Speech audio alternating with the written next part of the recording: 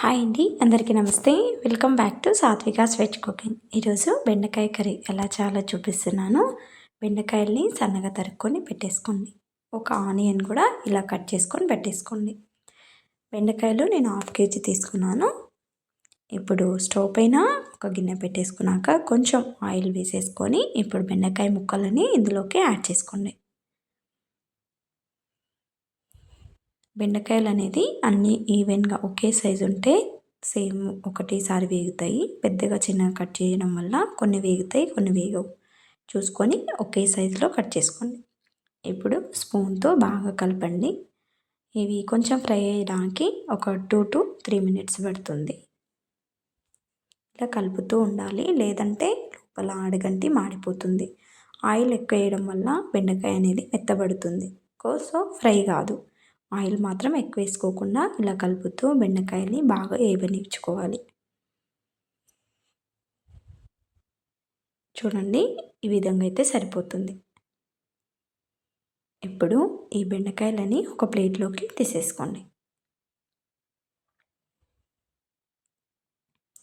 ఇలా తీసుకున్నాక దానిలోకి 1 టేబుల్ స్పూన్ ఆయిల్ వేసేసుకొని ఆవాలు, జీలకర్ర, కరివేపాకు వేసేసుకున్నాక ఆనియన్స్ మొత్తం ఇందులో యాడ్ చేసుకోండి.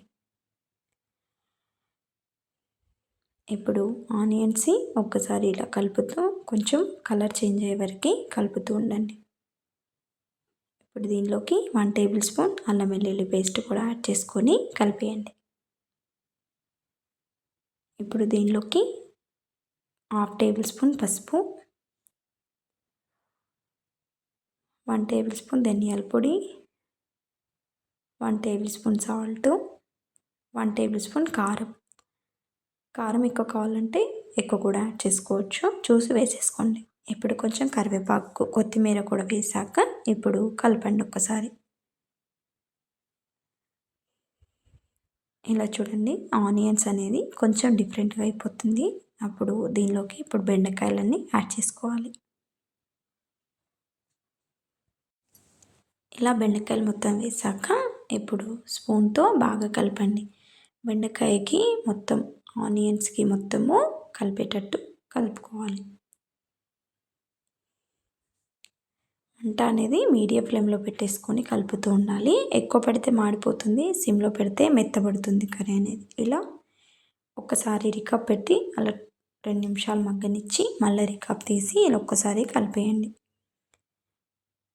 ఇప్పుడు దీనిలోకి 1 టేబుల్ స్పూన్ కోకోనట్ పౌడర్, కొబ్బరి పొడి, 1 టేబుల్ స్పూన్ పల్లీల పొడి వేసాను. పొడి అనేది ఆప్షనల్, వేసినా ఓకే, వేయకపోయినా పర్లేదు. ఇలా వేసాక మరొకసారి కలిపేసి ఇప్పుడు సర్వ్ చేసేసుకోండి. అంతే అండి, చాలా సింపుల్గా అయిపోతుంది. పిల్లలకి బెండకాయ అంటే చాలా ఇష్టం ఉంటుంది కదా, చాలా హెల్తీగా కూడా. ఇలా చేసి పెట్టండి. చపాతీకి కానీ, రోటీకి కానీ, రైస్లోకి కానీ, ఏ దాంట్లోకైనా చాలా బాగుంటుంది కర్రీ అనేది. మీకు కూడా ఈ వీడియో నచ్చినట్లయితే ప్లీజ్ ఒక లైక్, షేర్, సబ్స్క్రైబ్.